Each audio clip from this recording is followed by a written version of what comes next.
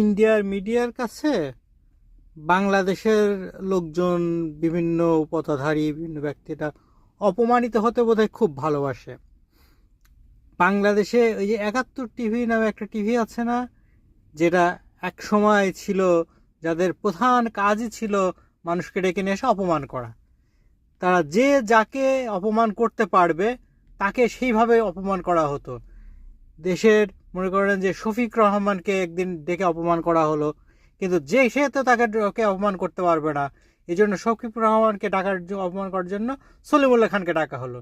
কিন্তু সলিমুল্লাহ খান কি তখন জানতেন, বুঝেছেন যে তাকে আসলে এই কাজের জন্য নিয়ে আসা হচ্ছে?